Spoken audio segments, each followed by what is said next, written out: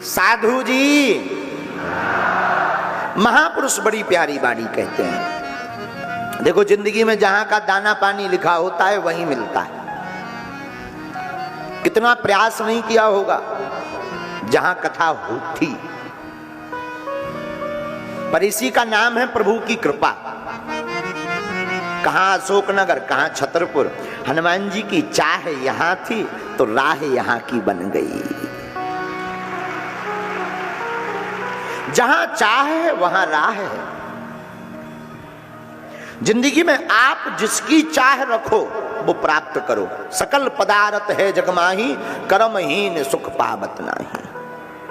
ये युवाओं के लिए बड़ी प्रेरणादायक बात है। मेरे पागलो, जिंदगी में कोई ऐसी उपलब्धि नहीं, कोई ऐसा मुकाम नहीं जिसमें अगर लगन लग के लगा जाए और वो प्राप्त ना हो। उनको नहीं मिलता जो आलसी होते, जो कहते रहते कर तो बहुत रहे, हो नहीं पा रहा। संसार में ऐसा कुछ है ही नहीं कि तुम करो मिले ना। कोशिश करने वालों की कभी हार नहीं होती, बातें करने वालों की हार होती है। अब मान लीजिए यहाँ के जो जिन कथा के आयोजन के जो मुख्य सूत्र बने श्री जज्जी जी, वो कोशिश ना करें, बार बार जाए ना, तो शायद असंभव हो जाता है। लेकिन धन्य है हनुमान जी, उन्होंने तार वाले हनुमान जी ने प्रेरणा दी। तार वाले हनुमान जी की प्रेरणा और तार और बागेश्वर सरकार दोनों एक भय, अब जय जयकार हो गई।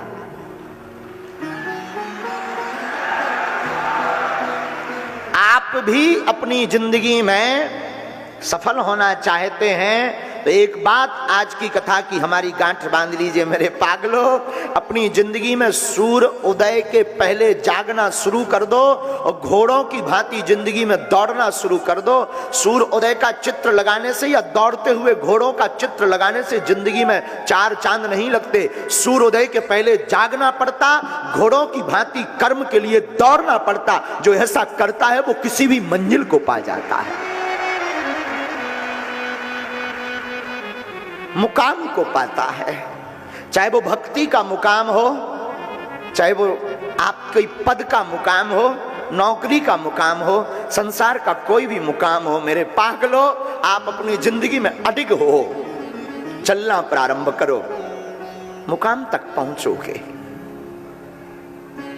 आज नहीं तो कल आप पहुंचोगे। और बुरा मत मानिए मेरे पागलो, हम किसी भी पढ़ाई लिखाई के विरोध में नहीं है, खूब पढ़ो। युवानों से भी कहेंगे मेरे पागलो, बागेश्वर धाम का पर्चा बनवाने से नौकरी नहीं लगनी है, पेपर का पर्चा लिखने से नौकरी लगनी है। फिर आप कहोगे गुरुजी आप पर्चा बनाते क्यों टाइम बर्बाद कर रहे हो, अपना और दूसरों का भी। मेरे पागलो, बागेश्वर हनुमान जी एक सहारा है कि अगर 2-4 नंबर से चूक रहे होगे ना, 2-4 नंबर से तुम रुक रहे होगे ना, 2-4 नंबर से तुम्हारी जिंदगी में अवरुद्धता आ रही होगी ना, तो हनुमान जी एक सहारा है कि तुम्हारी बाहें पकड़कर तुम्हें पार कर देंगे।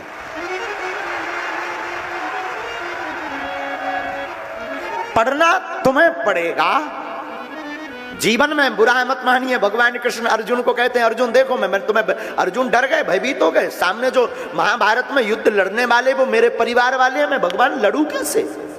भगवान मुस्कुराते हैं, पागल मुझे देख, रुक। भगवान ने विराट दर्शन कराया, अर्जुन से कहा देख मुझे।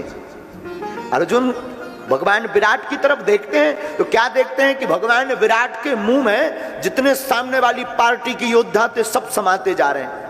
भगवान ये क्या है। भगवान बोले मैं मार तो बहुत पहले चुका हूं इनको, बस तू तो सिर्फ बाण चढ़ाने का अभिनय कर, नाटक तुझे करना पड़ेगा। उसी प्रकार आपको अपनी जिंदगी में अभिनय मतलब आपको अध्ययन करना पड़ेगा, पढ़ाई करनी पड़ेगी मेरे पागल। तुझे पढ़ना पड़ेगा, बढ़ना पड़ेगा। जिस दिन तू पार नहीं होगा, बाएं पकड़कर मेरे हनुमान जी, मेरे ठाकुर जी तेरा बेड़ा पार कर देंगे। कर्म की लाठी बड़ी तेज होती है। अशोक का अर्थ बड़ा प्यारा है। इसका नगर का पहले नाम तो पछार था ना, है ना, पहले नाम था पछार। पछाड़ भी बड़ा प्यारा नाम है। लंका में हनुमान जी गए तो दे पछाड़, मानो हमारी, देखो हम तो बहुत साधारण, अब बहुत छोटे से नालायक आदमी है ना, हम अपनी बुद्धि, अभी हमारे साथ विधायक जी बैठे थे, वो बताते आ रहे थे सब, गुरुजी यहाँ हजारेश्वर महादेव है, यहाँ करीला वाली माता है। गुरुजी पहले इस नगर का नाम पछाड़ था, हम उनकी चर्चा सुन रहे थे, लेकिन हमने उनको कुछ बोला नहीं। लेकिन हम जब मंच पर चढ़ रहे थे, हमने कहा पछाड़ क्यों था, अब तार क्यों है, तार वाले हनुमान जी, अब अशोक नगर क्यों है? तो तीनों चीजें लंका से मिलती हैं, लेकिन बोलिए बहुत उल्टे टाइप में, आप इसको थोड़ा सहम करके सुनना। पछाड़ वाले हनुमान जी लंका गए और दे पछाड़, लेकिन जहां हनुमान जी ने पछाड़ मारी, जानकी जी कहां मिली?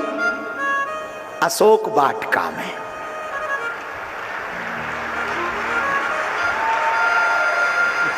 जानकी जी हनुमान जी को अशोक वाटिका में मिली। अशोक का अर्थ क्या होता?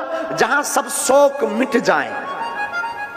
तो देखना तार वाले हनुमान जी कैसे यहां पर बने हैं। पहले इस नगर का नाम था पछाड़, तो हनुमान जी ने दे लंका में राक्षसन को पछाड़, जब पछाड़ मार दई, कछु मारस कछु मरदस कछु मलेयस धर धूर, और कछु पुनि जाय पुकारे प्रभु मरकट बल भूर। हनुमान जी ने कुछ को तो मारा, कुछ को रगड़ा, कुछ को धोया, कुछ को धुना और कुछ को काटा। और फिर जब बाद में जब जानकी जी के पास गए, माँ के पास में, तो वहां माँ बैठी थी, उस वाटिका का नाम था अशोक। अशोक का अर्थ होता जहां कोई शोक ना रहे। लेकिन शोक कब नहीं रहेगा?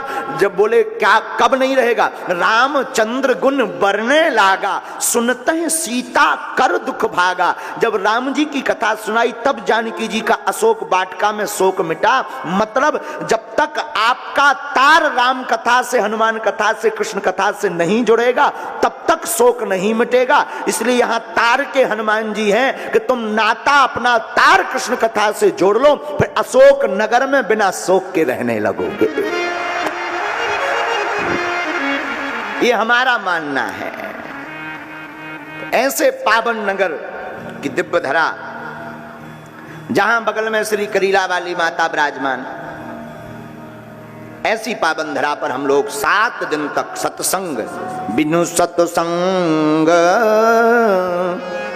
विवेक न होई, राम कृपा बिनु सुलभ न सोई। श्री गोस्वामी तुलसीदास जी कहते हैं, बिना सत्संग के विवेक नहीं जागता। बुरा मत मानना, पढ़े लिखे पागलो, तुम पढ़ाई लिखाई करके नौकरी तो पा सकते हो, बड़े पद पर बैठ सकते हो, पर जिंदगी जीने की कला बिना सत्संग के नहीं आ सकती। रोटी कमा सकते हो, बहुत महंगा बंगला, महंगी महंगी गाड़ियां, महंगे महंगे कपड़े, सूट बूट, बट चश्मा बसमा ठटरी के बरे खूब पहन सकते तुम, खूब जलवा खींच सकते हो। पर मेरे पागल, जिंदगी में जीना सीखना है तो किसी बुद्ध पुरुष की शरण ही चाहिए। जिंदगी को जीना सीखना है, जिंदगी एंजॉय विथ लाइफ योर। आपको अपनी जिंदगी में आनंद लेना है, तो उस आनंद के लिए आनंद कंद ब्रजचंद भगवान की कथा ही सुननी पड़ेगी। आपको अपनी जिंदगी, आप अपनी कमाई से रोटी कमा सकते हो, रुपया कमा कर आप कहो गुरुजी हमें जरूरत नहीं भगवान की, बहुत अच्छे हैं, नौकरी है, रुपया है, रुतबा है, जलवा है। मेरे पागल, ऐसे लोग बहुत जल्दी डिप्रेशन में जाते हैं। ऐसे लोग घरवाई लुगाई के चक्कर में जेल जाते हैं बहुत जल्दी। ऐसे लोग बहुत जल्दी फड़फड़ा जाते हैं। ऐसे लोगों का हार्ट फेल बहुत जल्दी होता है। ऐसे लोग बाथरूम में भी स्लिप होकर के टुम, बोले क्यों? बोले रुपया तो कमाया, जिंदगी तो जी, पर जिंदगी में जीना नहीं आया। जिंदगी जीना सीखना है तो भगवान की कथा को सुनिए। जीवन जीने की कला भगवान की कथा सिखाती है मेरे पागल। आपको कैसे जीना चाहिए ये कथा बताएगी। इसलिए बिनु सत्संग विवेक ना हो। पढ़ो, खूब पढ़ो, लेकिन डिप्रेशन मुक्त रहना है।